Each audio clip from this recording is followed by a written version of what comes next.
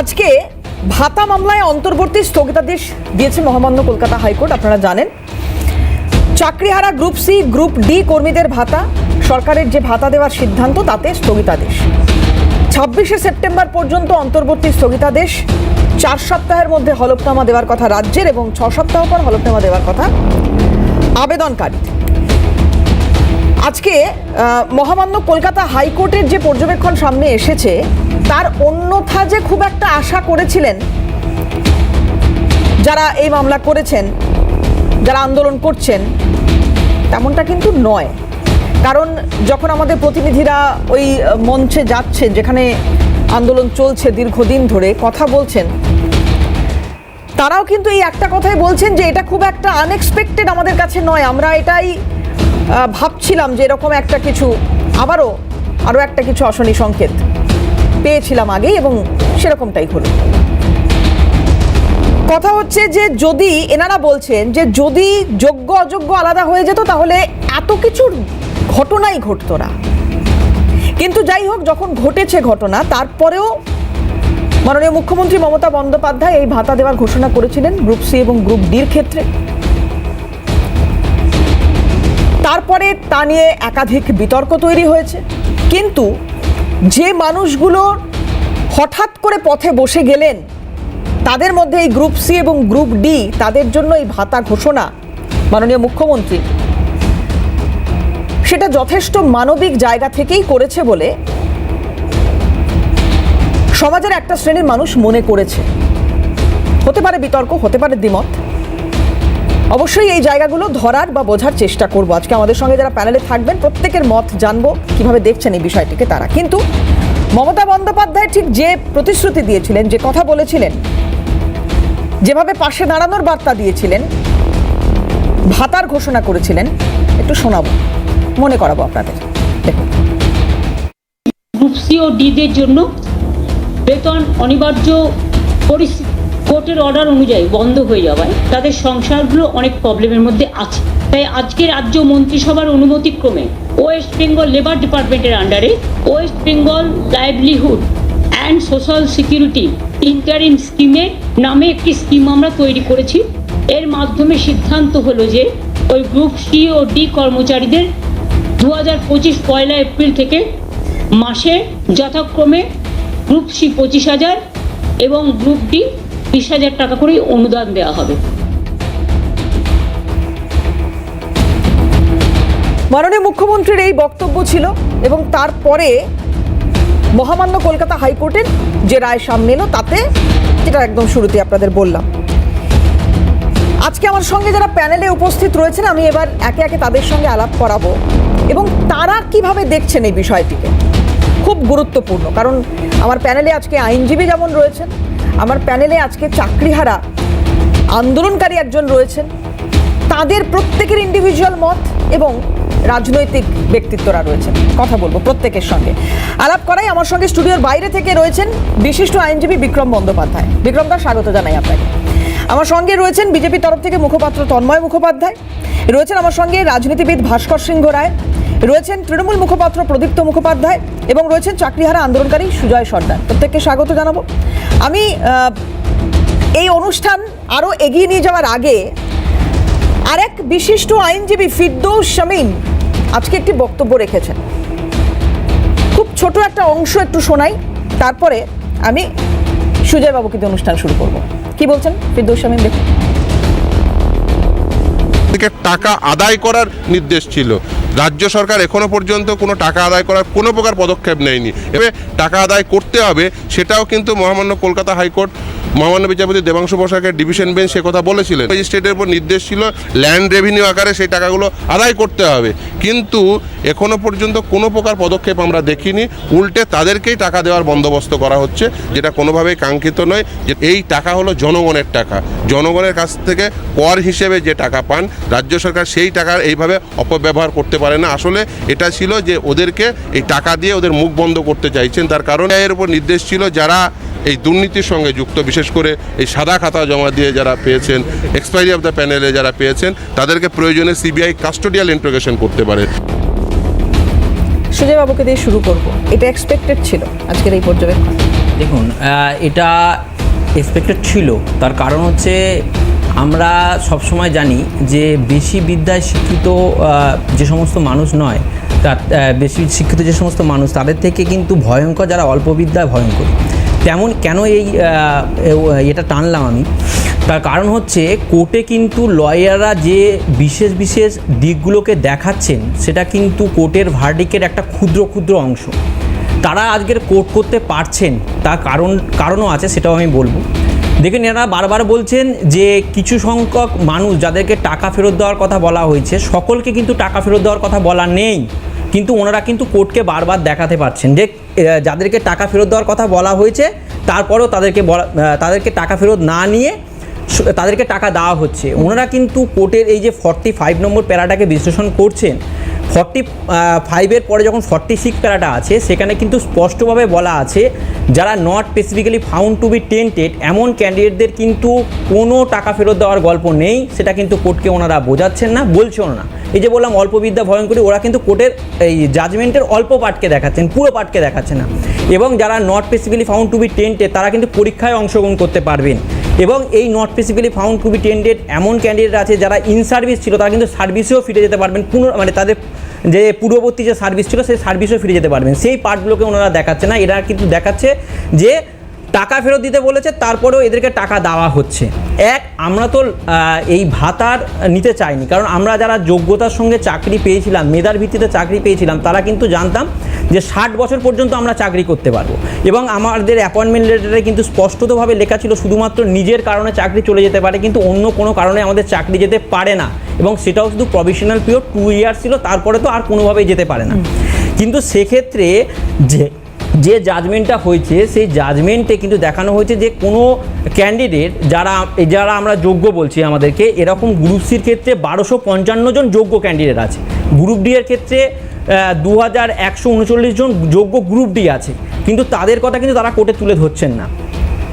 তারা কাদের কথা তুলে ধরছেন? যারা হচ্ছে সিবিআইয়ের দ্বারা আইডেন্টিফাইড এবং এসএসসি চেয়ারম্যানের দ্বারা এফিডেভিটের মাধ্যমে চেয়ারম্যান যখন জানিয়েছিলেন কারা অযোগ্য, সেই লিস্টের কথা তুলে ধরছেন। কিন্তু সেখানে বর্তমান যিনি এজি ছিলেন তিনি কিন্তু তার বিরুদ্ধচারণ করতে পারলেন না। তার কারণ কি? সরকার এমন একটা নোটিফিকেশান করেছে, সেই নোটিফিকেশানটাকেই কলুষিত করেছে। আমরা যারা মধ্যশিক্ষা পর্ষদে যারা যোগ্য ক্যান্ডিডেটরা যারা অনশন করেছিলাম, তাদের কিন্তু একটা বিশেষ বার্তা ছিল যে যারা যোগ্য আছে তাদের জন্য কিন্তু একটা সাপোর্ট। তার কারণ কি? আমরা 7 বছর ধরে চাকরি করছিলাম এবং 7 বছর ধরে যে চাকরি করছি, 2021 সাল থেকে মামলা চলছে। সেখানে কিন্তু নন টিচিংদের ক্ষেত্রে বাক কমিটি আপনার ইনভেস্টিগেশন করেছে, সিবিআই ইনভেস্টিগেশন করেছে, কিন্তু লাস্ট 5 ইয়ার ইনভেস্টিগেশনে তারা কিন্তু এই 1255 জন গ্রুপ সি এর এগেনস্টে এবং 2139 জন গ্রুপ ডি অর্থাৎ টোটাল 3394 জন নন টিচিং স্টাফের এগেনস্টে কোনো অ্যালিগেশন আনতে পারেননি। ইভেন কোর্টও কোনো অ্যালিগেশন আনতে পারেননি, article 12 authority, SSC board, state কোনো অ্যালিগেশন আনতে পারেননি। কিন্তু আমাদের চাকরিটা কিসের কারণে চলে গেছে? না, সরকারের কিছু পূর্বসূরি ছিল যারা টাকার বিনিময়ে কিছুজনকে চাকরি দিয়েছে, ঠিক আছে, তাদের দায়ের কারণে এবং তারা হচ্ছে ওএমআরের হার্ড কপি এবং ওএমআরের সফট কপি রাখতে ব্যর্থ হয়েছে। সেই কারণে কিন্তু আজকের মানে অ্যাজামশনের বসে কিন্তু সুপ্রিম কোর্ট আমাদের চাকরিটা রোধ করেছে বা চাকরিটাকে খারিজ করেছে বা নালান ভয়েড করেছে। বা সেটা মনে করেন যে ওএমআর সত্যি নষ্ট হয়ে গেছে? হ্যাঁ, ওএমআর সত্যি নষ্ট হয়ে গেছে। দেখুন, হার্ড কপির ওনারা একটা নোটিশ জারি করেই 22/7/2019 একটা নোটিশ জারি করেই কিন্তু ওএমআরগুলোকে নষ্ট মানে হার্ড কপিগুলোকে ডিস্ট্রয় করে দেওয়ার একটা নোটিফিকেশন করেছিল। বালাজি সলিউশনকে সেই টেন্ডারও দিয়েছিলেন এবং সেটা ডিস্ট্রয় করেছেন। কিন্তু সফট কপি তো রাখার জন্য কোনো বিশাল ঘর লাগে না, সেটা তো একটা পেন ড্রাইভে ছিল। সেই সফট কপির মতো গুরুত্বপূর্ণ জিনিস সেটা কি করে মিসিং হয়ে যায়, এটা হচ্ছে আমাদের যোগ্যদের প্রশ্ন।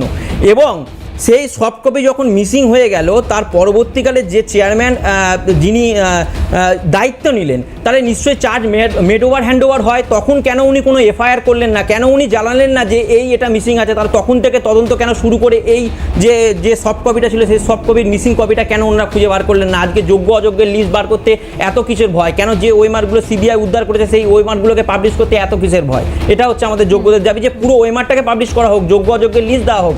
সকলে যে মিথ্যাচারটা করছে সেটা লয়ার থেকে শুরু করে সরকারের আধিকারিকরা থেকে শুরু করে সকলে যেটা করছে যে যোগ্য অযোগ্যকে মিলিয়ে দেওয়ার চেষ্টা করছে।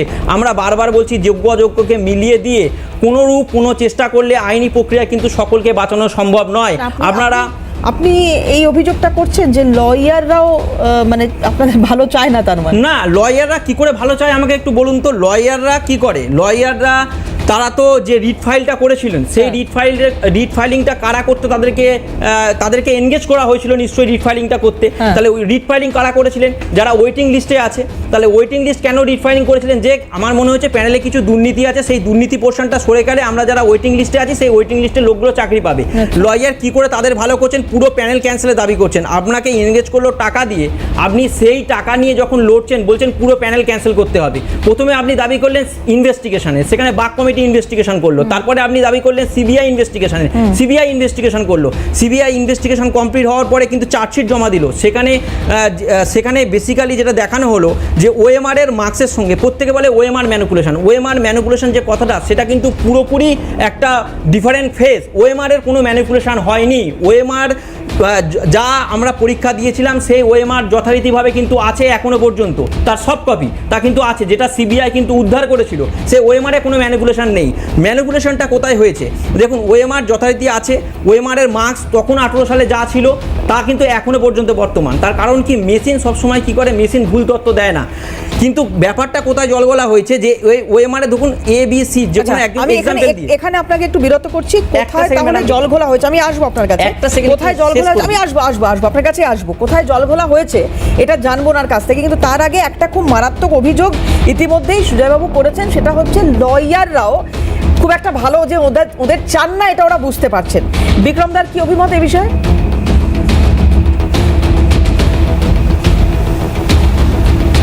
আমি ওনাকে বলবো যে ওনার পক্ষেও তো বা ওনাদের পক্ষেও তো আইনজীবীরা ছিলেন এবং দিকপাল আইনজীবীরা ছিলেন। আমাদের থেকে তারা অন্তত 10 থেকে 15,000 গুণ কি 1 কোটি গুণের পারদর্শী এবং ভারতবর্ষের নাম করা আইনজীবীরা ছিলেন, 1 নম্বর পারদর্শী আইনজীবীরা ছিলেন। তাহলে তিনি কি লয়ার সমাজকে বললেন যে লয়ার সমাজ সবাই মিলে খেলেন? আমি ওনার কথার মানে বুঝতে পারলাম না। কারণ যারা চাকরি গেছেন বা যাদের চাকরি চলে গেছে তারা সবাই কিন্তু সুপ্রিম কোর্টে ভারতবর্ষের শ্রেষ্ঠ আইনজীবীদের দিয়েছিলেন, ভারতবর্ষের শ্রেষ্ঠ আইনজীবীদের দিয়েছিলেন। আদালতে আইনের বিচার হয়। No one wins, no one loses in a court of law. It's the rule of law that prevails. আইনের শাসন আদালত থেকে প্রতিষ্ঠিত হয়। ভারতবর্ষের সংবিধানের কাঠামো আর গণতান্ত্রিক প্রক্রিয়া এটাই বলা আছে। তা তিনি যে কথাটা বললেন যে লয়াররা এখানে কিছু করেছে, তা আপনারাও তো আপনাদের পক্ষ থেকে ভারতবর্ষের শ্রেষ্ঠ লয়ারদের দেওয়া হয়েছে, শুধু বাংলার নয়, ভারতের শ্রেষ্ঠ লয়ার। এবং আমাদের বিরুদ্ধে যারা সুপ্রিম কোর্টে লাইভ স্ট্রিমিং দেখেছেন বা সুপ্রিম কোর্টে যারা দেখেছেন মামলার প্রসিডিং, আমাদের বিরুদ্ধে সমগ্র সুপ্রিম কোর্টের প্রায় অলমোস্ট 80 to 90% আইনজীবী দাঁড়িয়েছিলেন। এটা হলো ঘটনা এক। দ্বিতীয় কথা হচ্ছে দেখুন, আইনজীবী হিসাবে শুধুমাত্র যে যারা ওয়েটিং লিস্টেড ক্যান্ডিডেট তাদের হয়ে আমি মামলা করেছি কথা বলাটা ভুল। ওয়েটিং লিস্ট ছাড়াও এরকম ক্যান্ডিডেট আছে যারা এই পরীক্ষায় চাকরি পায়নি বা যারা ওয়েটিং লিস্টেও আসতে পারেনি এই দুর্নীতির কারণে। এটাও কিন্তু ম্যাটার অফ রেকর্ড এবং বিভিন্ন এসএসসির মামলার মধ্যে আমাদের সেই মামলাগুলোও ছিল। তৃতীয় যেটা বিষয় সেইটা হচ্ছে যে যখন মামলাটা হয়েছিল সেখানে এটা সত্যি কথা যে স্যাগ্রিগেশনের কথাই উঠেছিল। যখন সিঙ্গেল বেঞ্চ হয়েছিল, সিঙ্গেল বেঞ্চে কিন্তু একটি যাদের জেনুইন ক্যান্ডিডেট তাদের কিন্তু চাকরি যায়নি। ডিভিশন বেঞ্চ হয়ে সুপ্রিম কোর্ট হয়ে আবার যখন ডিভিশন বেঞ্চ হয়েছে যায়নি।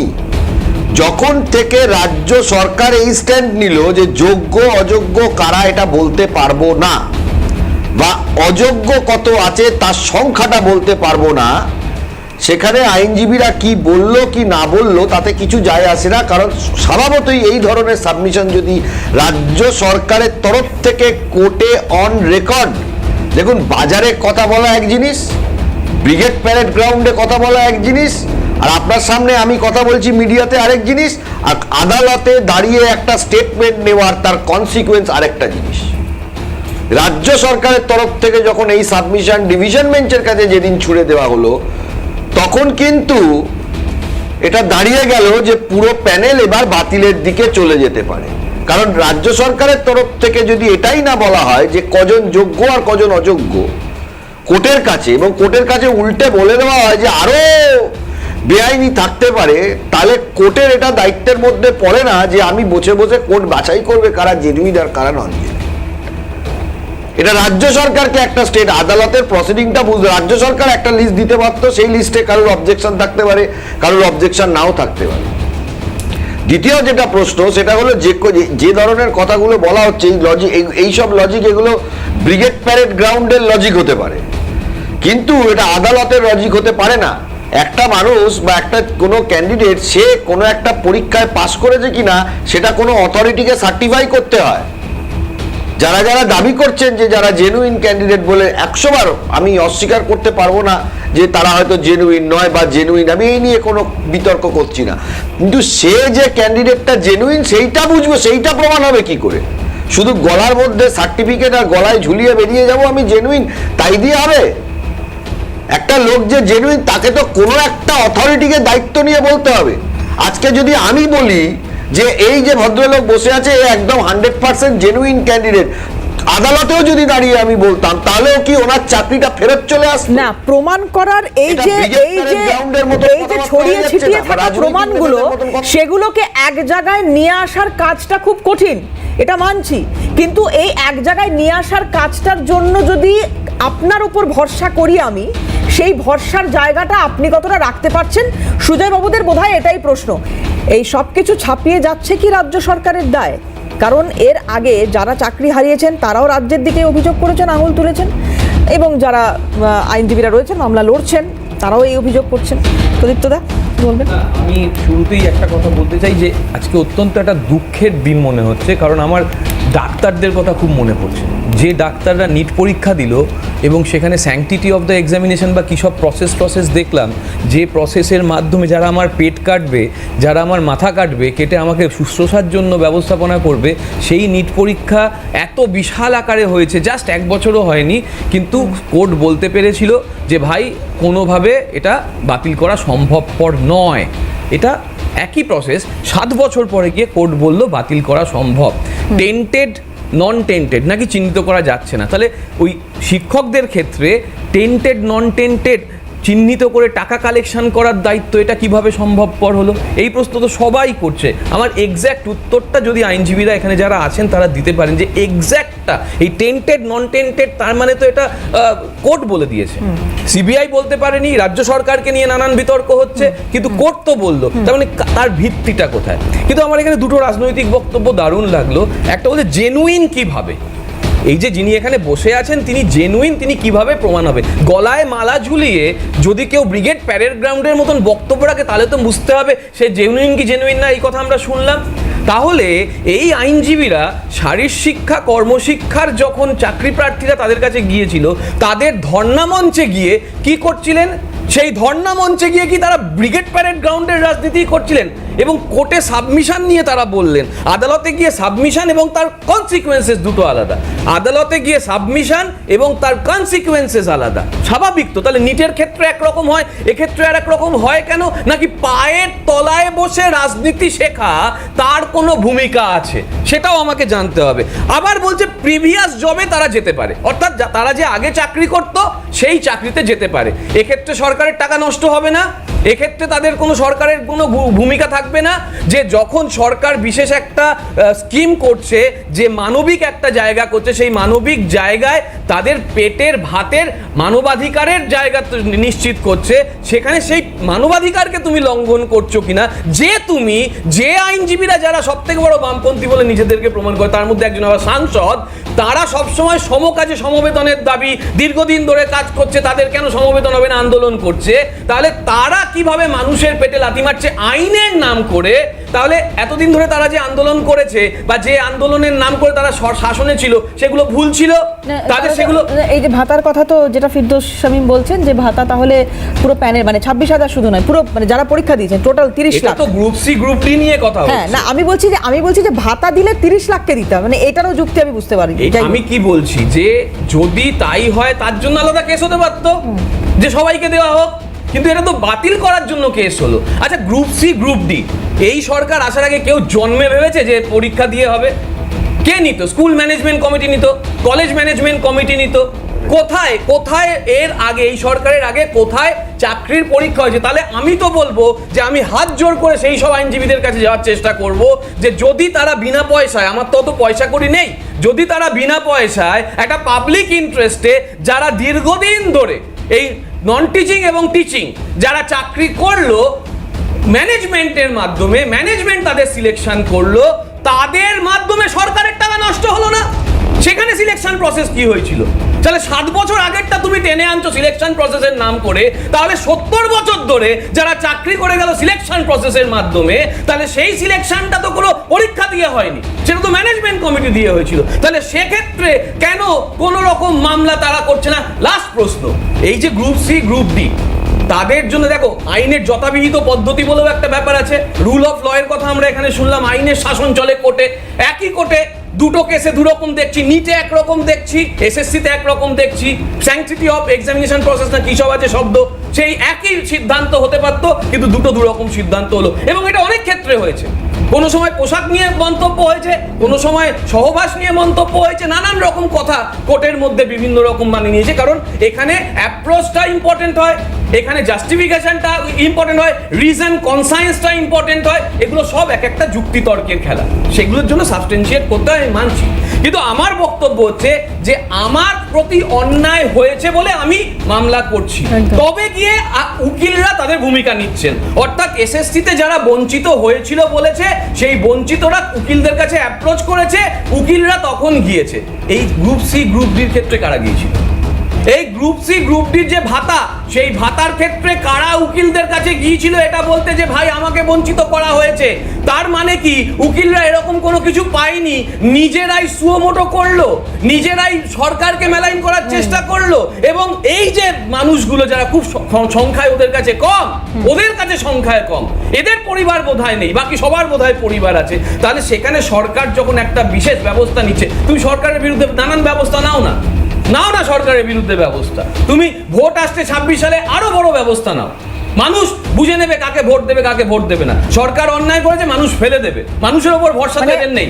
আপনার বক্তব্য শুনে আমার তো মনে হচ্ছে যে পুরো বিষয়টা নিয়ে রাজনীতি, আমার পরিষ্কার বক্তব্য হচ্ছে এই মানুষগুলোর পেটে লাথি মারার জন্য যদি আপনারা ভাবেন যে না আইনের পথে চলেছি, তাহলে সেই আইনটা কোথায় ছিল যখন আপনি শারীরিক শিক্ষা কর্মশিক্ষার জন্য যারা আন্দোলন করেছিল তাদের মঞ্চে গিয়ে বলেছিলেন চাকরি পাওয়া উচিত? বিক্রমদা আসবো, এক মিনিট, একটু তন্ময়দার কাছ থেকে উত্তরটা নিয়ে আমি একটু আসবো দাদা, আসবো। হ্যাঁ তন্ময়দা, দেখুন, এটা যা শুনে মনে হচ্ছে যে একটা কথায় বলে না চোরের মায়ের বড় গলা, সেইটা হচ্ছে এখানে হচ্ছে চোরের মায়ের বড় গলা শুনছি। এই কারণে যে আজকে দেখুন যেটা আজকে কোর্টের রায় বেরিয়েছে, এটা হওয়ারই ছিল, এই কারণে যে সুপ্রিম কোর্টের যখন জাজমেন্ট বেরোলো, সেই জাজমেন্টের মডিফিকেশন চেয়ে এই সরকার গিয়েছিল, সেখানে গিয়ে তারা কি বলেছিল যে দেখুন মাননীয়, দেখুন হচ্ছে হুজুর আমাদের সমস্ত স্কুলগুলোর শিক্ষা বন্ধ হয়ে যাবে। তাতে হচ্ছে সুপ্রিম কোর্ট কনসিডার করে কি বলেছিল, ঠিক আছে শিক্ষকদের 31 ডিসেম্বর পর্যন্ত কাজে থাকবেন, তারা বেতন পাবেন, তার মধ্যে নিয়োগ করতে হবে। আর তারপরে সেই সময় তারা এটাও বলেছিল যে না আমরা গ্রুপ সি গ্রুপ ডি করে রাখতে চাই। সুপ্রিম কোর্ট সেটা টার্ন ডাউন করেছে, সুপ্রিম কোর্ট বলেছিল না গ্রুপ সি গ্রুপ ডির ক্ষেত্রে হবে না। তাহলে সেইটা তারা সুপ্রিম কোর্টে রেস করেছিল যে গ্রুপ সি গ্রুপ ডিকে পয়সা দেওয়া যাবে কিনা। সুপ্রিম কোর্ট বলেছিল 31 ডিসেম্বর পর্যন্ত গ্রুপ সি গ্রুপ ডিকে করা যাবে না।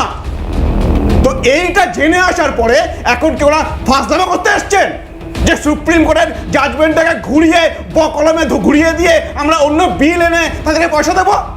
আজকে কোর্ট হচ্ছে রায়ের মাধ্যমে থাপ্পড় মেরেছে, কোর্টের উচিত ছিল সরকারকে কোর্টে ডেকে থাপ্পড় মারা। আচ্ছা তন্ময়দা এখানে শুনুন, একটা কথা বলি, মামলার গ্রহণযোগ্যতা নিয়ে আজকে জানেন তো যে প্রশ্নটা উঠেছে, এই মামলার গ্রহণযোগ্যতা নিয়ে এই প্রশ্ন উঠেছে, এবং এই রাজ্যের অ্যাডভোকেট জেনারেল এই প্রশ্নটা তুলছেন, এটার তো যথেষ্ট সারবত্তা আছে। দেখুন গ্রহণযোগ্যতাটা কি আমাকে আগে সেটা বলুন তো। মেইনটেনেবিলিটি আছে কি? না আমি জানি সব একদম স্পেসিফিক প্রশ্ন দাদা, আমি স্পেসিফিক উত্তর চাই। সেটা হচ্ছে কোর্ট ডিসাইড করে, সেটা কোনো লয়ার ডিসাইড করে। এই প্রশ্ন আমি করতে পারি না, এই প্রশ্ন আমি তুলতে পারি না। এটা গ্রহণযোগ্যতা কি? যারা বসে রয়েছে, যারা বঞ্চিত, এই গ্রুপ সি গ্রুপ ডির ক্ষেত্রে বলছি, যারা বঞ্চিত ওয়েটিং এ আছে, তারা কেন করবে এই মামলা?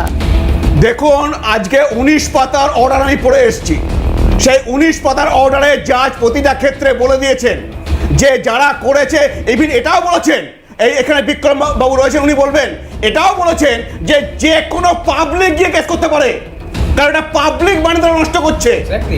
সুতরাং শুধুমাত্র তারপরে আবার কোর্ট এইটা বলেছে যে ওয়েটিং লিস্টে তারা তো চাকরি পায়নি, তো তাদের ক্ষেত্রে কি করা হলো, যে তাদেরকে যে ঘুষ খেয়ে চাকরি দেওয়া হলো, দিয়ে তাদের চাকরিগুলো নিয়ে নেওয়া হলো। আমি একটু থামাই, আমি ভাস্করদার কাছে আসবো, কিন্তু আরেকটা ব্রেক, খুব দ্রুত একটা ব্রেক আমার নিতে হবে। দাদা আসছি পাচ্ছেন আপনারা, আমি ভাস্করদার কাছে যাবো সরাসরি। ভাস্করদা, হ্যাঁ বলুন। দেখুন, এখানে আজকে যেটা নিয়ে আমরা আলোচনায় বসেছি, এখানে রিট পিটিশন 11,520, রিট পিটিশন 12,010 আর রিট পিটিশন 12,011, তিনটে রিট পিটিশন করেছিলেন জনৈক প্রকাশ মণ্ডল, শিশির বিশ্বাস, সোমনাথ মণ্ডল এবং আদার্স। যারা এই রিট পিটিশনটা ফাইল করেছিলেন, কিসের জন্য ফাইল করেছিলেন এবং তারা কারা? তারা ফাইল করেছিলেন যে কেন গভর্নমেন্টের এক্সচেকারে টাকা দেওয়া হচ্ছে, সেখানে যে টাকাটা কেন দেওয়া হচ্ছিল সেটাও কিন্তু আজকের অর্ডারে মেনশন করা আছে। মমতা বন্দ্যোপাধ্যায় আইনসভাতে একটি বিল পাস করান, সেখান থেকে তার মাধ্যমে কিন্তু লেবার দপ্তর থেকে নোটিফিকেশনের মাধ্যমে এই টাকাটা দিচ্ছিলেন। তাহলে এই টাকাটা গ্রাসাচ্ছাদনের জন্য দিচ্ছেন যাদের কাজ চলে গেছে, এবং এটাকে একটা ইন্টারিম রিলিফের ব্যবস্থা করেছিলেন। সেই রিলিফটা যে জনহিতকর নয়, সেই রিলিফটা দেওয়া যায় না, সেটা কাদের উদ্দেশ্য ছিল, কাদের জন্য দেওয়া হচ্ছিল? এবং স্কুলে বা কলেজে যে কোনো জায়গায় শুধুমাত্র শিক্ষক বা প্রফেসরদের দিয়ে চলে না, গ্রুপ সি গ্রুপ ডি লোকেদের যে দরকার লাগে, সে ঘন্টা বাজানো বলুন আরও অন্যান্য অনেক কাজের জন্য, সেই জন্য এদেরকে দেওয়ার কথাটা হয়েছিল। এবং তাদেরকে যেহেতু এই যে আলাদা করার যে কথাটা বলা হচ্ছে, আমি দাঁড়ান, আইনসভা কথা বলবেন না, একটু শুনে নি, বিধানসভার আইনসভা,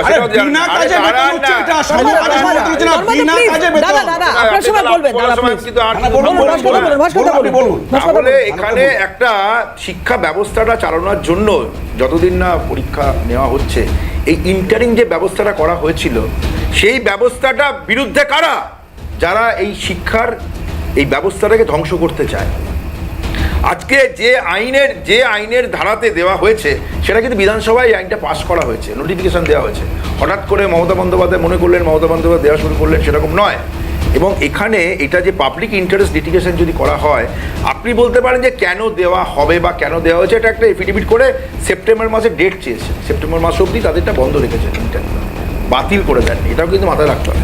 তাহলে এইটা করে যারা এই মামলা করছেন, এই মামলাবাজ লয়াররা, এবং এই লয়াররাই কিন্তু এই তথাকথিত যোগ্য অযোগ্য সবার পাশে দাঁড়িয়েই তারা বলেছিলেন যে আপনাদের চাকরি যাবে না। তারা তো মামলা করেছে, কাদের হয়ে মামলা করেছে, কাদের কাছ থেকে টাকা নিয়েছেন, লক্ষ লক্ষ টাকা কাদের নিয়েছেন। কেউ আবার ওই টাকা নেওয়ার পরে ঠিক মতো মামলা করেননি বলে ধর্ষণার মুখে পড়েছিলেন, তাদের আক্রমণের মুখে পড়েছিলেন। এই দেখছি আর কি, এই কেসগুলোকে নিয়ে কিছু লয়াররা তারা ব্রিফলেস ছিলেন কিনা জানি না, তারা ভালো ব্রিফ পেয়েছেন, প্রচুর কাজ করছেন, টিভিতে আসছেন, অনেক কিছু বলছেন, কিন্তু তাদের উদ্দেশ্যটা বিভিন্ন জায়গায় ওই গড়ের মাঠে একরকম, টিভি চ্যানেলে একরকম, আইনের ওখানে আরেক রকম, পিটিশনের ক্ষেত্রে আরেক রকম, সব জায়গায় কিন্তু আলাদা আলাদা ভূমিকা দেখতে পাচ্ছি। তাহলে যারা চেয়েছিলেন যে এরা চাকরিটা থাকুক, এদের মধ্যে যোগ্য আছে অযোগ্য আছে, সিবিআই এনকোয়ারি করেছে, কিভাবে তাহলে এই প্রশ্নটা আসছে যে তাহলে সিবিআই জানে না কিচ্ছু, ঠিক আছে, সবাই জানে না, তাহলে যোগ্য অযোগ্য, টেন্টেড নন টেন্টেড, কালিমালিপ্ত নয়, এই কথাগুলো এবং এই নামগুলো এলো কিসের উপরে ভিত্তি করে?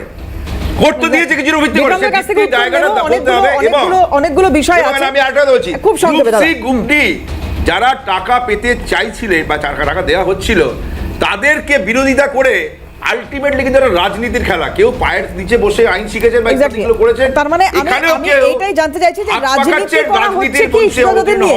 বেশ, আমি বিক্রমদার কাছে যাব, অনেকগুলো অভিযোগ বিক্রমদার বিরুদ্ধেও গেছে, আমি আসবো একে একে, কিন্তু তার আগে সুজাতা বোধহয় কিছু বলার রয়েছে। হ্যাঁ, প্রথমত আমি বিক্রমবাবুকে বলবো, আপনারা বললেন যে লয়াররা নট দুজনকে নিয়ে করেছিলেন, তাহলে আপনাদের উদ্দেশ্যটা কী ছিল? আপনারা তো সিবিআইয়ের ইনভেস্টিগেশন দাবি করেছিলেন, আপনারা বাক কমিটির ইনভেস্টিগেশন দাবি করেছিলেন, তাহলে সেই ইনভেস্টিগেশনগুলো তো কমপ্লিট হয়েছিল এবং তারা তাদের সাবমিশনও জমা করেছিল, তাদের চার্জশিটও জমা করেছিল, সেখানে তো যারা টেন্টেড তারা চিহ্নিত ছিল, তাহলে সেই পোর্শনটাকে বাদ দিয়ে আপনারা ওয়েটিং লিস্ট এবং নট কট ফর ভেরিফিকেশান তাদেরকে আনার জন্য প্রেয়ার করতে পারেন। আপনারা কেন সকল প্যানেল ক্যান্সেল দিয়ে গেলেন? আমি দাদা একটু থামবেন। আমি একটু জিনিস বলি, আমি প্রত্যেকদিন সুপ্রিম কোর্টে হিয়ারিংয়ে গেছি, আমরা লয়ার দাঁড় করি, যেটা ঠিক। আমরা হয়তো লয়ার দিয়েছি, আমাদের লয়াররা যথার্থভাবে সওয়াল জবাব করেছেন, কিন্তু হার জিত সকলের থাকে। আমরা হয়তো সেই জায়গায় দাঁড়িয়ে আমরা হয়তো সেই গ্রাউন্ডটাকে স্ট্যাবলিশ করতে পারিনি, তাই হয়তো আমাদের জাজমেন্টটা আমাদের ফেভারে আসেনি। কিন্তু জাজমেন্টটা আমাদের ফেভারে আসেনি মানে এই নয় কিন্তু যে সেখানে কিন্তু সকলকে অযোগ্য বলে দিয়েছে, সেখানে কিন্তু ভাগ করে দেখিয়ে দিয়েছে টেন্টেড এবং নন টেন্টেড পার্ট দুটোই কিন্তু বর্তমান, সেটা যেমন নন টিচিংদের ক্ষেত্রে সেটা তেমনই কিন্তু শিক্ষকদের ক্ষেত্রেও। তাহলে না দাঁড়ান তুমি বলছো সব ঠিক আছে না, আপনি আপনার বলারটা না সে বলবেন, আমি কোর্টের রায় অনুযায়ী উল্টা বলছো তুমি। না আমি কোনো ভুল বলছি না। টেন্টেড কত ভাগ করা আছে? অবশ্যই ভাগ করা আছে। নন-টেন্টেডের মধ্যে টেন্টেড আছে? না এইজন্য বলা হচ্ছে না ভুল করে বলছেন। নন টেন্টেডের মধ্যে টেন্টেড নেই, ওটা অ্যাজাম্পশন বলেছে। কোর্ট কিছু বলেছে না, দাঁড়ান, ওটা কোর্ট বলেছে টেন্টেড, কোর্ট বলেছে টেন্টেড ক্যান্ডিডেট যেমন আছে, কোর্ট বলেছে টেন্টেড ক্যান্ডিডেট আছে। আজে বাজে বকে যাচ্ছিস মস্ত। আজে বাজে কিছু বলছি না। আপনি সুপ্রিম কোর্টের ভার্ডিক্ট বার করুন, বার করে আমি জাজমেন্ট পড়েছি। আপনি পড়েছেন, আমিও পড়েছি। হ্যাঁ, তো জাজমেন্ট আচ্ছা, পড়েছি। যেটা টেন্টেড তোমার সাথে এর কথা বলতে চাই না, তুমি ভুল বকছো। না, কোনো ভুলভাল বলছি না। এই জন্য বলছি যে শোনো না, আপনি শোনো একটু। আমি শান্তভাবে শুনুন। কোর্ট বলেছে প্রমাণিত অযোগ্য সেই 6000 তাদেরকে টাকা ফেরত দিতে হবে, তাদের চাকরি চলে যাবে, তারা পরীক্ষায় বসতে পারবে না। আর বাকি যারা আছে 19000, সেই 19000 এর মধ্যে আলাদা করা যাচ্ছে না, কারণ এসএসসি হচ্ছে আলাদা করেনি। না, তার মানে কি হলো? সেই 19000 এর মধ্যে 19000 এর রায় দিতে পারে সুপ্রিম কোর্ট বলছে। কিন্তু আমি তো বলছি এই জাজমেন্টটা রায় দিতে পারেন। আপনি জাজমেন্ট যেটা আছে, আমি বলছি কোনো জাস্টিসের এগেইনস্টে নয়, যে জাজমেন্টটা হয়েছে সেই জাজমেন্টের এগেইনস্টে আমরা। আমি বলছি জাজমেন্টে যেটা বলা হয়েছে সেটা হচ্ছে not specifically found to be tainted, অর্থাৎ অ্যাজাম্পশনের বসে কোর্ট তো রায় দেয়, তার কাছে যে ডেটা তথ্য আছে সেই ডেটা তথ্যের ভিত্তিতে। তুমি শোনো বুঝে নাকি not specifically found to be tainted does not mean non tainted. এটা বোঝার চেষ্টা করো। আচ্ছা, কোর্ট যদি আপনার কাছে অ্যালিগেশন না আনতে পারে, লাস্ট 5 ইয়ার ধরে বিক্রম দাকে দিবেন। প্লিজ আমি আসছি সুজয়দা প্লিজ দাদা একটু ধৈর্য ধরুন, আমি আসছি। আমি একটু বিক্রমদার কাছে যাই। এক মিনিট প্লিজ দাদা, প্লিজ একটু শুনি বিক্রমদার বক্তব্যটা, একটু শুনেন। হ্যাঁ দাদা বলুন। ডিডি করতে দিচ্ছে না কোনো কিছু। যাই হোক, আমি স্টুডিওর বাইরে আছি, তাই জন্য আমি সবার প্রশ্নের আমি উত্তর দিয়ে দিচ্ছি। আমার সময় প্লিজ কেউ ইন্টারাপ্ট করবেন। প্রথমত প্রদীপ্ত বাবু বললেন চাকরি মঞ্চে, আমি সব বলছি, প্রত্যেকটা উত্তরই আমি দেবো, যদি কোনোটা ভুলে যাই বলবেন, বলে দেবো। চাকরি প্রার্থী মঞ্চে প্রথমত আমি যাইনি, যিনি গিয়েছিলেন তিনি ক্ল্যারিফিকেশন দিতে পারবেন যে চাকরি প্রার্থী মঞ্চে কেন গিয়েছিলেন। আমি চাকরি প্রার্থী মঞ্চ যারা চাকরি করছেন বা যাদের মামলা আমি করছি তাদের মঞ্চে আমি সাধারণত যাই না। আর এই এসএসসি কেন্দ্র করে কোনো চাকরি প্রার্থী মঞ্চে অন্তত আমাকে পাবেন না। ফার্স্ট দাঁড়ান। দ্বিতীয় কথা, প্রদীপ্ত বাবু বললেন, আমি প্রত্যেকের কথার উত্তর দেবো। নিট এবং সেন্ট্রাল গভর্নমেন্টে কেন সেগ্রিগেশন হলো, এর উত্তর হলো সেন্ট্রাল গভর্নমেন্ট নিজে, যেখানে নিটের যে সংস্থা আছে যারা পরীক্ষা নেয়, তারা স্পেসিফিক্যালি আইডেন্টিফাই করে বলেছে এরা টেন্টেড, এরা নন টেন্টেড। কিন্তু আমাদের রাজ্য সরকার এবং স্কুল সার্ভিস কমিশন ডেলিবারেটলি বলেছে টেন্টেড বা আনটেন্টেড আমরা বলতে পারবো না, এবং আরো বেশি ইলিগ্যালিটি আসতে পারে। হাইকোর্টের জাজমেন্টে 242 নম্বর প্যারাগ্রাফ এবং 265 নম্বর প্যারাগ্রাফে খুব স্পষ্টতই রাজ্য সরকার এবং স্কুল সার্ভিস কমিশনের থেকে কোর্টের কাছে অন রেকর্ড জাজমেন্টে রেকর্ড আছে, সাবমিশন করা হয়েছে যে এত সংখ্যা ইলিগ্যালিটি আছে, আমরা বলতে পারবো না যে কত ইলিগ্যালিটি আছে। এই সাবমিশন আসার পরে হাজার লোক যদি বলে কোনো প্যানেল থাকবে না, এটা হলো আইনের সংজ্ঞা। এটাকে আপনারা যতই ব্রিগেড প্যারেড গ্রাউন্ড আর যা খুশি লজিক দিতে পারেন, হিউম্যানিটেরিয়ান লজিক দিতে পারেন, এই সাবমিশন যদি রাজ্য সরকার এবং স্কুল সার্ভিস কমিশনের থেকে আসে আচ্ছা, রাজ্য সরকার কি একটি আইন পাস করেনি বিধানসভায়? কোনো নির্ধারণ নেই। রাজ্য সরকার তৃতীয় কি কথা আমি বিধানসভায় যেটা আইন পাস বলতে করেনি? চাইছি, ওয়ার্কে বেআইনি দিচ্ছেন বলছে কি করে? কিসের না না, আমি বলি দাম, আমাকে শেষ করতে দিন। আপনারা তো বলেছেন আমি বাইরে আছি, সুপ্রিম আমাকে কোর্টকে বলুন। সুপ্রিম কোর্টকে ডাইভার্ট এবার আমি ওয়ার্ক এডুকেশন, ফিজিক্যাল এডুকেশনের কথা উঠলো।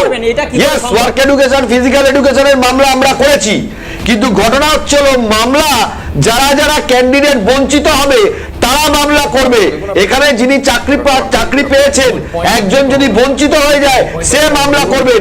রাজ্য সরকারের তরফ থেকে এমন গলত রাখা হবে কেন যাতে করে মামলা হয়? আজকে যে ভাতার নোটিফিকেশন, সারা পশ্চিম বাংলার মানুষ এটা এখন বুঝে গেছে, আইন খানিকটা বুঝতে শিখেছে, লাইভ স্ট্রিমিং দেখতে জানে। সারা পশ্চিম বাংলার মানুষ জানতো যে এই মামলা যখন কোর্টে আসবে এই নোটিফিকেশন টিকবে না, তাই জন্য এই ধরনের কথা। যত নোটিফিকেশন, আজকে আরেকটা মামলা হয়েছে টেট 2017, টেট 2022, ইচ্ছাকৃতভাবে প্রশ্নপত্রের মধ্যে ভুল রাখা হয়, বছরের পর বছর এটা করা হয়। 2012 সালের টেট প্রশ্ন ভুল, 2014 সালের টেট প্রশ্ন ভুল, 2017 সালের টেট প্রশ্ন ভুল, 2022 সালের টেট প্রশ্ন ভুল। প্রত্যেকটা পরীক্ষাতে ইচ্ছাকৃতভাবে ভুল এই রাজ্য সরকার রাখে। আমি প্রকাশ্যে বললাম কারণ হচ্ছে হলো এর মধ্যে ডকুমেন্টস আছে, মামলা হয়েছে, প্রমাণ হয়েছে। দ্বিতীয় কথা, আরো একটা কথা বলে রাখি, আরেকজন বলছিলেন যে আমরা কেন কোর্টে বললাম না। আরে কোর্টে বলবোটা কোথায়? রাজ্য সরকার যদি নিজের থেকে বলতে থাকে যে আরো গলত আছে, ওনারা ভেবেছিলেন আরো গলত আছে, এইটা বললে আরো গলদ আছে। সিবিআই বাক কমিটি কিন্তু রাজ্য সরকার কখনো বলেনি আরো গলদ আছে। এটা বলেছে রাজ্য সরকার। আর রাজ্য সরকার যেটা বলেছে সেটা হচ্ছে যে আমাদের কাছে কোনো তথ্য নেই, আমরা সিবিআই তথ্য দিয়েছি। ডক্টর সুতনু বসু হাইকোর্টে কিন্তু দাঁড়িয়ে বলেছে, ডক্টর সুতনু বসু বলেছে হাইকোর্টে দাঁড়িয়ে যে আমাদের সরকার কি বলেছে, রাজ্য সরকার কি বলেছে আবার বলছি, কিন্তু আপনারা কিন্তু সেটাকে বিবাদমূলক জায়গায় নিয়ে গেছে। 265 নম্বর প্যারাগ্রাফ, সম্ভব জায়গায় 265 নম্বর প্যারাগ্রাফ, সর্ব জায়গায় সবাই জাজমেন্ট আছে, দেখে নিতে পারেন। আচ্ছা, আমি একটু একে একে শুনবো, কারোর কথা বোঝা যাচ্ছে না। আমি সুজাতা, আমি একটু থামাই। একটা একে একে না শুনলে কারোর কথা বোঝা যাচ্ছে না। খুব ইম্পর্টেন্ট একটা বিষয়। না না, একদমই তাই, খুব ইম্পর্টেন্ট একটা বিষয়। তো না না, কথা খেয়ে হারিয়ে যাচ্ছে। আমি একে একে শুনি, তাহলে একটু বোধহয় সবার বুঝতে সুবিধা হবে। একটা আমি সুজাতা, আপনি বলুন যেটা বলতে চাইছেন, বলুন একটু সংক্ষেপে। হ্যাঁ, আমি বলতে চাইছি যে যারা চুরি করেছে আমি তাদেরকে চোর বাঁচতে দেবো কেন? অর্থাৎ আমরা বারবার বলছি যে এসএসসি বেঁচে দেবে, তাহলে যে তদন্ত বিভাগগুলোকে রাখা হয়েছিল, যে তদন্তকারী এজেন্সিগুলোকে দেওয়া হয়েছিল, সেই তদন্তকারী এজেন্সিগুলো যে তাদের যে সাবমিশন দিয়েছে, তাদের যে এটা দিয়েছে, তাহলে সেটার উপরে আমরা করবো না কেন? হ্যাঁ, চুরিটা যারাই করছে সরকারের আধিকারিকরা করেছে। সুপ্রিম কোর্ট বলেছে আপনাকে? হ্যাঁ, আপনি বেনিয়ম হয়েছে, বেনিয়ম হয়েছে। সিবিআই কিন্তু চার্জশিটে সিবিআই তার চার্জশিটে স্পষ্টভাবে লিখেছে কারা টাকা দিয়েছে, কারা টাকা নিয়েছে, এটা কিন্তু স্পষ্ট আছে। এটা স্পষ্ট আছে। শুনে নি ওনার বক্তব্যটা একটু সংক্ষেপে। এবার দেখুন, এখানে আমাদের যারা এখানে বক্তা আছেন তারা একজন বললেন যে গ্রুপ সি গ্রুপ বিরা শুধু ঘন্টা বাজায়। এই কথার আমি তীব্র প্রতিবাদ করছি। এটা মাননীয় মুখ্যমন্ত্রীও বলেছেন, উনি কিন্তু এটা বলেননি। না সুজাতা, উনি বলেছেন ঘন্টা বাজানো ছাড়াও আরো অনেক কাজ আছে, এই কথাটা বলেছেন। হ্যাঁ, ব্যাপারটা হচ্ছে একজন গ্রুপ সি সরকারের যত প্রকল্প আছে সেই প্রকল্পকে তার টাইম আওয়ার, যেটা সার্ভিসের টাইম আওয়ার, সেই টাইম আওয়ারের বাইরে গিয়ে সকাল থেকে শুরু করে রাত্রির পর্যন্ত সকল কিন্তু প্রকল্পগুলোকে ইমপ্লিমেন্ট করে, এবং তার জন্য এত স্কুল ছুট বাচ্চা আজকে স্কুলমুখী হচ্ছে, তার সমস্ত কাজটা কিন্তু এই নন টিচিং পোর্শনটাই করে। এবং সরকারের এটা ব্যর্থতা। সরকার এই যে এমএ অ্যাপ্লিকেশন নিয়ে বললেন না, উনি এমএ অ্যাপ্লিকেশনে কেন নন টিচিং পাররা ফিরে আসতে পারলেন না? সরকারের সেখানে জোরালো আবেদন করা উচিত ছিল যে টোটাল নন টিচিং স্টাফ যারা পরীক্ষা দিয়েছিল, গ্রুপ সিতে পরীক্ষা দিয়েছিল 7,91,706 জন, গ্রুপ ডিতে পরীক্ষা দিয়েছিল 11,30,039 জন, সেই জায়গায় ভ্যাকেন্সি ছিল কত? 2037টা গ্রুপ সির ক্ষেত্রে, গ্রুপ ডির ক্ষেত্রে 3,880টা। তার মধ্যে করাপশানে গ্রুপ সিতে যারা সিবিআই দ্বারা লিস্টে তার 782, তাহলে বাকি থাকে 1255 জন যাদের এগেস্টে কোনো অ্যালিগেশন নেই। গ্রুপ ডিতে 3880টা সিট ছিল, তার মধ্যে করাপশন হচ্ছে 1741 জন, তাহলে বাকি যে 2139 জন তাদের এগেস্টে কোনো অ্যালিগেশন নেই। তাহলে তারা যে এত লক্ষ পরীক্ষার্থীর মধ্যে এই অল্প সংখ্যক সিটের মধ্যে এত দুর্নীতির পরেও যারা যোগ্যতার সঙ্গে মেধার সঙ্গে চাকরি দিয়ে চাকরিটা পেয়েছিল তারা যোগ্যের থেকে যোগ্যতম এই কথাটা তুলে ধরতে পারেনি, এটা সরকারের ব্যর্থতা। তার জন্যই কিন্তু আজকের এই অবস্থা। আর একটু বলার আছে, আর এত সময় দিতে পারবো না, সুজাতা প্লিজ। হ্যাঁ সুদীপ্ত দাদা একটু শুনে নি দাদা। ঘন্টার কথা বলা হয়নি। আমি কখনোই বলিনি যে মাননীয় আইনজীবী বিক্রম দা মঞ্চে গিয়েছিলেন, আমি বলি যে সকল আইনজীবীরা গেছিলেন, ফলে আইনজীবীদের বুঝতেও সমস্যা হয়, দর্শক বন্ধুরা প্রমাণিত করে দিলেন। আমার বক্তব্য, বিক্রম দা একটা কথা খুব সুন্দর বললেন যে বঞ্চিত হলে মামলা করবে। তাহলে 7 বছর ধরে এই যে নামগুলো আমরা দেখলাম 19 পাতার শুরুতেই রয়েছে, তারা 7 বছর ধরে বঞ্চিত থেকে যখন মুখ্যমন্ত্রী ঘোষণা করলেন তখন মনে করলেন যে এবার আমাকে মামলা করতে হবে। 7 বছর ধরে তাদের মনে হয়নি, 7 বছর ধরে আইনজীবীরাও মনে হয়নি যে এরা বঞ্চিত হয়েছে, এই নন টিচিংরা বঞ্চিত হয়েছে। তাহলে 7 বছর ধরে বঞ্চিত হলো মনে হলো না, আজকে যখন মুখ্যমন্ত্রী ঘোষণা করলেন একটা রিলিফ দেওয়ার জন্য, হিউম্যান রাইট প্রোটেকশনের জন্য ঘোষণা করলেন কেন মনে হলো? আমি শেষ একটা লাইন ঠিক আছে, আপনি প্রমাণ করে দেন। আমি বক্তব্য দিতে, করাপশন তো দুপক্ষে হয়, এই কথাটা খুব বিতর্কিত, কিন্তু it has to be admitted. যে ভাই বলল সরকার যে ব্যর্থ হয়েছে, সরকারি প্রতিষ্ঠানকে কেন দায়িত্ব দেওয়া হবে তদন্তের, হ্যানাত্যানা সব মানছি। তাহলে যে সরকারের বিরুদ্ধে নিট নিয়ে অভিযোগ আছে সেই সরকারের সাবমিশনের গ্র্যান্টেড, তাই তো? সেই সরকারের সাবমিশন গ্র্যান্টেড হতে পারে, আর রাজ্য সরকার যখন পরিষ্কার বলছে আমি পাচ্ছি না, তখন সিবিআই এর সাবমিশন গ্র্যান্টেড নয়। তাহলে বিতর্কটা মানুষ বুঝতে পারছে কোথায়। লাস্ট কথা, শেষ, পার্থ চ্যাটার্জি এখনো জেলে আছে, উনি কি দোষী কি দোষী না? উনি দোষী কি দোষী না আমি জানি না। তাহলে এরা দোষী কি করে বলবো আমি? পার্থ চ্যাটার্জি দোষী কি দোষী না বলতে পারছি না, তাহলে যে এক পক্ষ দোষী নয় তাহলে আর এক পক্ষ দোষী হলো কি করে? এবং যারা ব্যবস্থার মূল, গ্রুপ সি গ্রুপ ডি পুরো শিক্ষা ব্যবস্থাটাকে টিকিয়ে রাখে, মানে যে কোনো সরকারি প্রকল্পের মূল আধার এই প্রকল্পকে বাস্তবায়ন করার জন্য গ্রুপ সি গ্রুপ ডি, তাহলে তাদের চাকরি চলে গেল করাপশনের দায়ে হোক বা বেনিয়মের দায়ে হোক, আর যারা বেনিয়ম করলো তারা শুধু এখন ওই সরকারের টাকা নিয়ে জেলে থাকবে, তাদের বিরুদ্ধে ব্যবস্থা। তার মানে আইনের মধ্যে যথাবিহিত পদ্ধতি হয়নি। দেখুন এই সব তো চিৎকার চেঁচামেচি করে তো কোর্টের রায় পরিবর্তন করা যাবে না। আর একটা হচ্ছে তৃণমূলের প্রতিনিধি যেগুলো বলছেন সেগুলো সব উনি কোর্টকে কোশ্চেন করছেন। আচ্ছা নিট নিয়ে বলছেন, নিট নিয়ে সেখানে বিহারের পুলিশ, গুজরাটের পুলিশ, সিবিআই সবাই তদন্ত করেছে, রিপোর্ট দিয়েছে। এবার সেই রিপোর্ট দিয়ে কোর্ট সন্তুষ্ট হয়েছে, কোর্ট মনে করেছে যে 2-3টে সেন্টার হয়েছে, তাদেরকে কোর্ট বাদ দিয়ে দিয়েছে সেই কজনকে। তাহলে হচ্ছে আবার সেই কোর্টকে প্রশ্ন করছে, এখানে সিবিআই এর তদন্তে কোর্ট সন্তুষ্ট নয়, সিবিআই ব্যর্থ। 7 বছর ধরে আরে বাবা আমার বলতে দিয়েছেন আপনি চুপ করুন। আরে এটা মুশকিল এখানে না, এই চোরের মায়ের এখানে যে সিবিআই কে বাজে কথা বলছেন, এরা হচ্ছে চোর চুরি করছে। আরে চোর আমি বলছি সিবিআই চোর ধরতে পারেনি তো, তাহলে সিবিআই ব্যর্থ তো? বলে দিচ্ছি না সিবিআই কে চোর বলুন, কাকে বলছি বলে দিচ্ছি না। এবার হচ্ছে এইখানে কথা হচ্ছে সিবিআইটা কোর্ট বানেনি কেন? সিবিআই যতটা উদ্ধার করেছে সুপ্রিম কোর্টে দিয়েছে। আচ্ছা পরীক্ষা নিচ্ছে এসএসসি, তাহলে সে সার্টিফাই করলো না যে সিবিআই যেটা নিয়ে এসছে ওটা আমরা ঠিক মানছি। এইটাই তো এবার এই এসএসসি নিজে আলাদা করলো না করে, উল্টে সিবিআই যতটা নিয়ে এসছে, যেগুলো আমি যতটা জানি যা হার্ড ডিস্ক দিয়েছে সেটা তো সিবিআই দিয়েছে কোর্টকে। আমি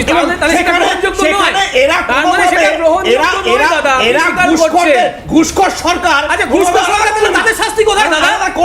শাস্তিটা কোথায় দাদা? কেন এই খাওয়া মানুষদের কথা বলেন যাদের জন্য তাদের চাকরি চলে গেছে? একটা আপিল করেছে, একটা আপিল, যারা চলে গেল তাদের চাকরি থাকুক, যারা আসল বাসী তাদের শাস্তি দাও। এই সরকার এই সরকার পারমিশন দেয়। আপনি শুধু ওই শুভেন্দু অধিকারী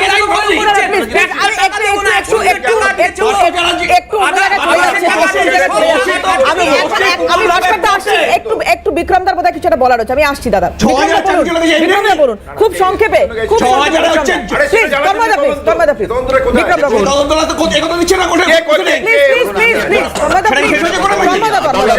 দাদা বলুন, বিক্রম দা বলুন। হ্যাঁ, বলুন দাদা, বলুন দাদা, বলুন। তন্ময় দা, সেটা হচ্ছিল আদালতটা অনুপ্রেরণায় চলে না। আর আদালতটা MA BA LLB MCOM BCom PhD ডিগ্রির জায়গা নয়, আদালতটা আইনে চলে এবং আইনে যেটা আছে সেটাতে চলে। এই যে ভাতার প্রশ্নটা আজকে এসেছে, ভাতাটা আজকে ডিক্লেয়ার করা হয়েছে, কাদের দেওয়া হবে? যাদের চাকরি চলে গেছে। আজকের ডেটে সুপ্রিম কোর্টের রায়ের পরে যার চাকরি চলে গেছে সেও যে ফুটিং এ আছে, যে চাকরি পায়নি সেও একই ফুটিং এ আছে, কারোর মধ্যে কোনো ডিফারেন্স নেই। Article 14 violation. তাহলে এই 22 লক্ষ ছেলে মেয়ে কেন ভাতা পাবে না? দীর্ঘদিন ধরে যারা রাস্তায় আন্দোলন করছে বিনা কাজে সমবেতন হচ্ছে, তারা কেন বিনা কাজে বেতন দেওয়া হচ্ছে। দ্বিতীয় কথা, একটা ভুল জায়গায় উঠে আসছে সেন্ট্রাল ব্যুরো অফ ইনভেস্টিগেশনের রিপোর্ট। আমি এটা ক্লারিফিকেশন দিয়ে নি। সেন্ট্রাল ব্যুরো অফ ইনভেস্টিগেশন বার করতে পারে কারা tainted. Central bureau of investigation এটা বলতে পারে না যে কারা জেনুইন। এটা বলে বিগেট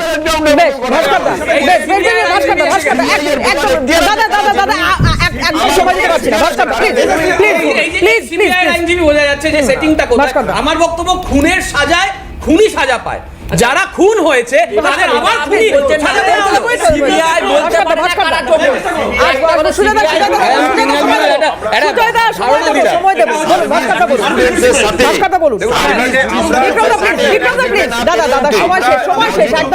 যা কিছু ভার্ডিক্ট সবকিছু ইনভেস্টিগেশনটা তো সিবিআই করেছে নাকি অন্য কেউ করেছে? তাহলে সিবিআই এর ইনভেস্টিগেশনে কি উঠে এলো যেখানে আমরা এখনো অবধি আলাদা করতে পারছি না? দাঁড়ান না, আমরা লিখে দেব।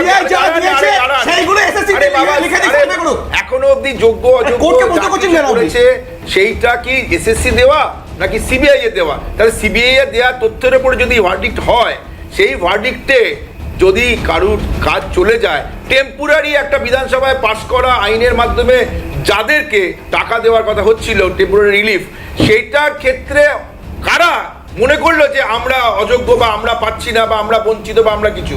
যারা এই 7 বছর পরে করেছে তাদের উদ্দেশ্যটা কি?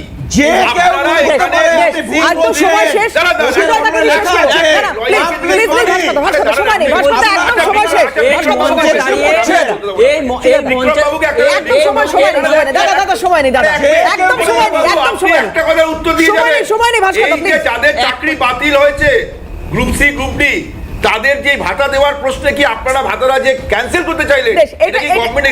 আমি অন্য কোনদিন বিক্রমদার কাছে যেতে পারবো, আজকে সময় নেই। শুনে যা প্লিজ। আচ্ছা, আমি একটা জিনিস বলতে চাই, সবাই তো রাজনীতি, আমি মনে করি পশ্চিম বাংলার সবাই রাজনীতি চর্চা করছেন, বেশ সুযোগ সবাই রাজনীতি চর্চা করছেন, সবাই লয়াররা বলছে, ঠিক আছে, সবার তো মূল উদ্দেশ্য যোগ্য অযোগ্যকে বাছাই করা।